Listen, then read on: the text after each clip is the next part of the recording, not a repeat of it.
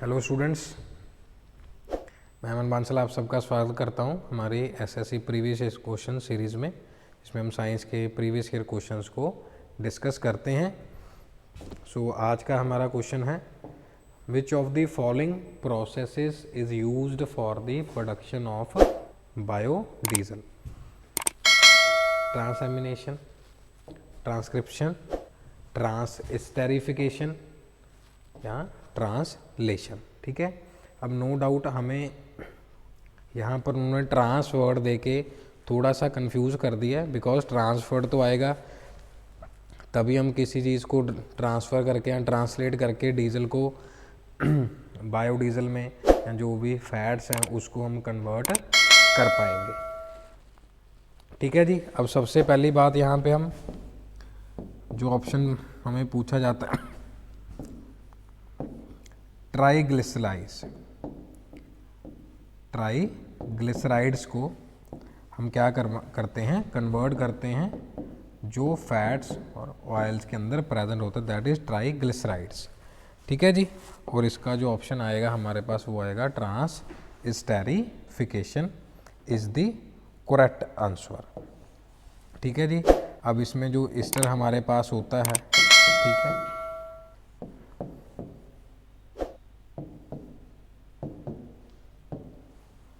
ऐसे हमारे पास काफ़ी लंबी चेन होगी। ठीक है,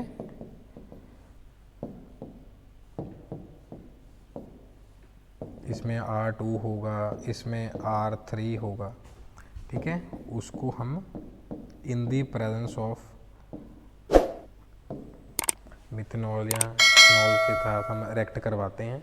ठीक है, और इसमें ये क्या हो जाता है, इसमें ये ऐड हो जाता है। ठीक है, 3 मॉलिक्यूल्स होंगे, तो इसमें हमारे पास एक और H ऐड हो जाएगा और ये सारा का सारा सर्कल वैसे का वैसे ही रहेगा। ठीक है, ये डायग्राम सिर्फ आपको बताने के लिए कि किस तरीके से बायोडीजल के अंदर कन्वर्ट होता है, और साथ में ये जो CH3 था यहाँ पर ये CH2OH in the form of, ऐसे ये पूरा का पूरा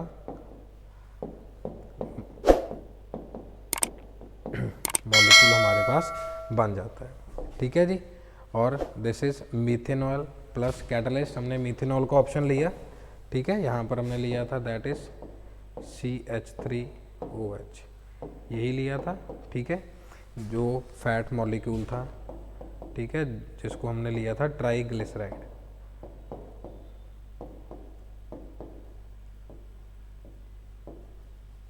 ठीक है जी, और हमारे पास, ठीक है, यहाँ तक आप नोट कर सकते हैं बिकॉज ये रब हो जाता है इसमें। ठीक है, ऑयल एंड फैट्स, ठीक है, pre treatment, transesterification, separation, washing, drying, और ये हमारे पास क्या आ गया, बायोडीजल, और ये ग्लिसरीन हमारे पास बन गई। So this is the correct answer. Now comes to the next question, wood spirit is. Wood spirit को मिथाइल एल्कोहल बोलते हैं, इथाइल एल्कोहल बोलते हैं, या बुटाइल बोलते हैं, या प्रोपाइल एल्कोहल बोलते हैं, क्या बोलते हैं? ठीक है जी, और इसका करेक्ट आंसर है हमारे पास that is the methyl alcohol. और जो वुड स्पिरिट है ये बनता कैसे है, you can note it down students, it is made by the destructive distillation of, ये क्वेश्चन भी आपसे पूछा जा सकता है, it is made by the destructive distillation of wood. ठीक है, और कार्बन डाइऑक्साइड, कार्बन मोनोऑक्साइड रहेगी, और ठीक है, और ये हमारे पास ही बन जाएगा इसी इन दोनों की प्रेजेंस में से। ठीक है जी, और इसको हम मिथेनॉल भी बोलते हैं और मिथाइल अल्कोहल भी हम बोल सकते हैं। ठीक है जी, इसीलिए methyl alcohol, would spirit is made by the destructive distillation of wood. ठीक है जी, डिस्ट्रक्टिव डिस्टिलेशन ऑफ वुड। या और एंगल में आपसे क्या पूछा जा सकता है कि वुड अल्कोहल किसको बोलते हैं? ठीक है जी, ऑल्दो ये प्रोसेस आपको क्लियर हो गया होगा। ठीक है, कार्बन मोनोऑक्साइड, हाइड्रोजन और इनकी प्रेजेंस में डिस्ट्रक्टिव डिस्टिलेशन होगा प्रोसेस में, तो उससे क्या बन जाएगा, मिथाइल एल्कोहल, या उसको हम बोलते हैं दूसरी लैंग्वेज के अंदर वुड एल्कोहल, या फिर क्या बोलते हैं, वुड स्पिरिट। ठीक है जी। Now comes to the next question, to the last question of today's discussion, and which one of the following contributes largely to the greenhouse effect। ठीक है, ये काफ़ी इम्पॉर्टेंट है, काफ़ी सारी जैसे प्रोटोकॉल्स के ऊपर भी इसमें आ सकता है, जैसे क्योटो प्रोटोकॉल है ग्रीन हाउस गैसेज के ऊपर। ठीक है, काफ़ी सारी डिस्कशंस हुई। ठीक है जी, क्योटो प्रोटोकॉल और पेरिस क्लाइमेट के लिए वहाँ पे अलग से कॉन्क्लेव भी डिस्कस किया गया। ठीक है जी, और अभी ग्लासगो के अंदर जो COP26 हुए उसमें भी हमारे जो प्राइम मिनिस्टर हैं उसमें उन्होंने बोला कि तो हमारा कार्बन एमिशन हम ज़ीरो कर देंगे। ठीक है, अब इसमें जो ग्रीन हाउस इफ़ेक्ट है, या GHG भी बोल देते हैं, that is green house gases. ठीक है, जो ज़्यादा इम्पैक्ट करती हैं एनवायरनमेंट को, और ग्रीन हाउस क्या होता है, that is trapping of heat.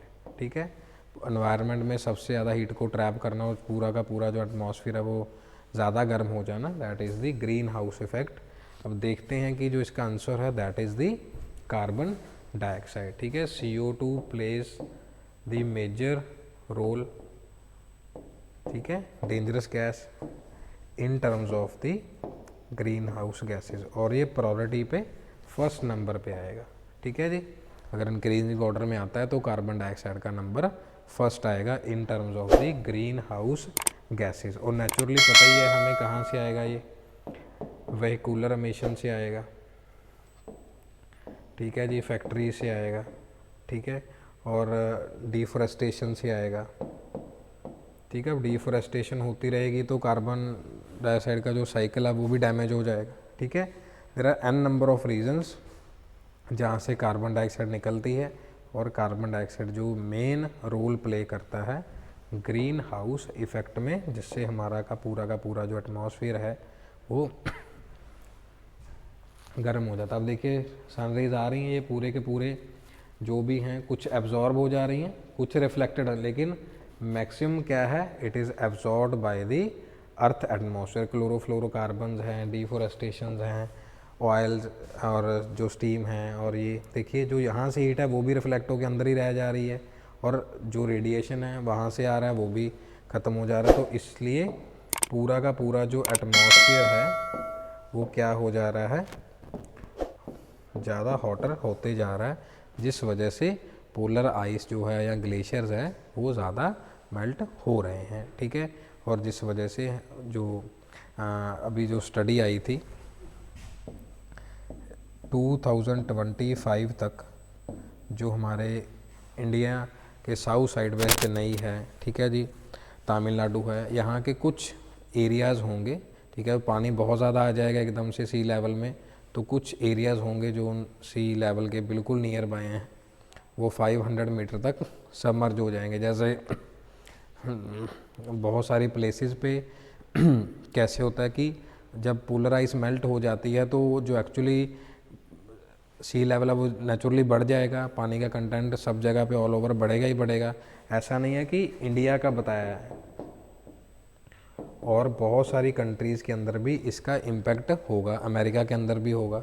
ठीक है, उसकी भी जो 2-3 मेजर सिटीज़ हैं वहाँ पर भी इसका इम्पैक्ट देखने को मिलेगा। पूरा वर्ल्ड लेवल के ऊपर ही इम्पैक्ट आएगा, और साउथ में हमारे मेजर सिटी जैसे ही उड़ीसा के अंदर भी इफेक्ट रहेगा।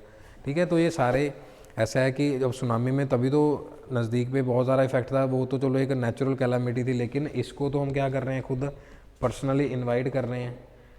इन्वाइट मीन्स कि नेचर के साथ हम जो बिहेव होना चाहिए वो एज ए ह्यूमन काइंड हम बिहेव नहीं कर रहे, इसीलिए तो सस्टेनेबल डेवलपमेंट का रोल ज़्यादा बड़ा है। ठीक है, इसलिए ये सारी प्रोटोकॉल्स, क्योटो प्रोटोकॉल, मॉन्ट्रियल है, ठीक है, ये सारी प्रोटोकॉल्स बने हैं, COP डिस्कस होती है कि आप अपने देश में जो डेवलपमेंट कर रहे हैं, सस्टेनेबल डेवलपमेंट यही कहता है कि डेवलपमेंट जो आप कर रहे हैं वो आप इस तरीके से करें कि आगे आने वाली जनरेशन को इसकी कीमत ना चुकानी पड़े, बट वो इन चीज़ों को इन्जॉय करें इंस्टेड। अगर वो कीमत ही चुकानी पड़ जाए उनको कि ऑक्सीजन नहीं है या और बहुत सारी नेचुरल कैलामिटीज़ हैं या बहुत सारी डिजीज़ हैं, फिर क्या फ़ायदा नेक्स्ट जनरेशन के लिए? फिर हमने क्या डेवलप किया? कुछ भी नहीं डेवलप किया।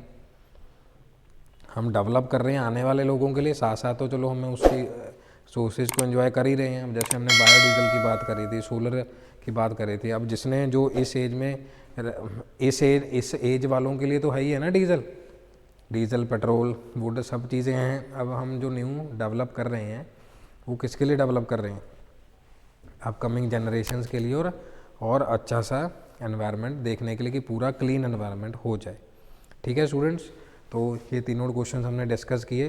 नेक्स्ट क्लास में हम न्यू क्वेश्चंस डिस्कस करेंगे। अगर कोई भी टॉपिक आपका रहता है या जो चीज़ आपको अच्छे से नहीं समझ आई तो आप नई वीडियो के लिए, नए टॉपिक के लिए यूट्यूब वीडियो के ऊपर भी बता सकते हैं।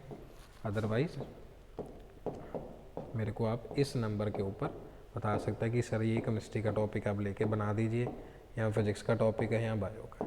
ठीक है जी, related to the state level और SSC level. Thank you so very much students, God bless you. और थोड़ा जो रिस्ट्रिक्शंस हैं बिकॉज ऑफ कोविड, तो उसका पालन कीजिए, अपने आप को भी सेफ रखिए और अपने आसपास वालों को भी। Thank you so very much.